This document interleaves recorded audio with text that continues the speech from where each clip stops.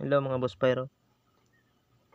Ang ating video ngayon ay gawa tayo ng waterproof na mitsa mga boss. Ito mayroong mitsa tayo dito na hindi ko pa nababalutan. At ang ating gamiting pangbalot ay itong plastic cellophane mga boss. At ito na rin yung magsisilbing NC locker niya para magamit natin siya sa tubig. Para maging waterproof na siya. So kung bago pa lang kayo dito sa akin channel, huwag niyong kalimutan mag-subscribe at mag-follow sa ating FB page. Let's go mga kapairos.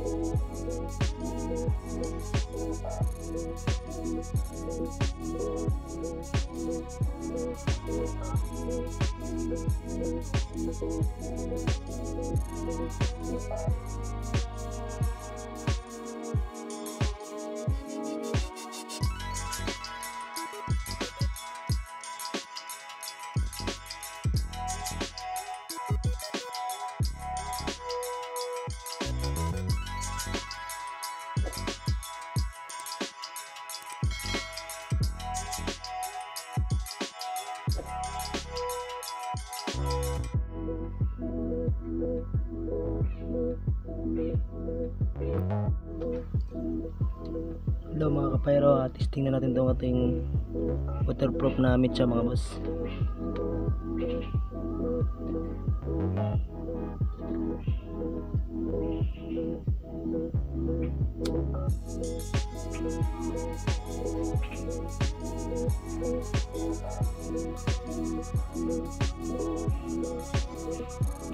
Yan mga boss, nagliliyab talaga siya sa tubig mga boss. Hindi namamatayan mga boss kasi dahil dun sa ating ginawa na silo locker mga boss.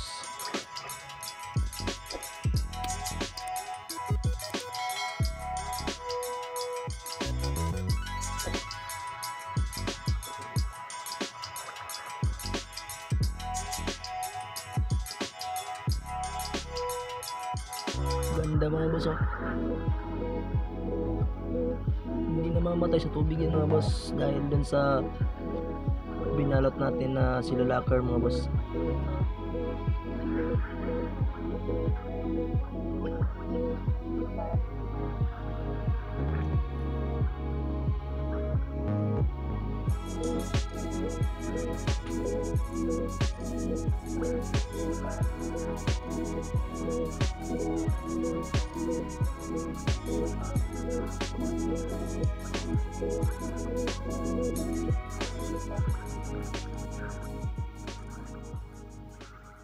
Mga boss, hope na nakakatulong ako sa inyo mga boss at nakakakuha kayo ng idea sa paggawa ng ganitong mitsa mga boss sa mga pyro lover dyan. Huwag niyong kalimutan mga boss mag-subscribe sa ating channel. Kung nakakatulong mo sa inyo mga boss, share na rin yun sa mga katrupa natin na mga pyro lover din. At huwag niyong kalimutan mga boss mag-follow sa ating FB page. Stay tuned mga kapayro. Maraming salamat sa panonood.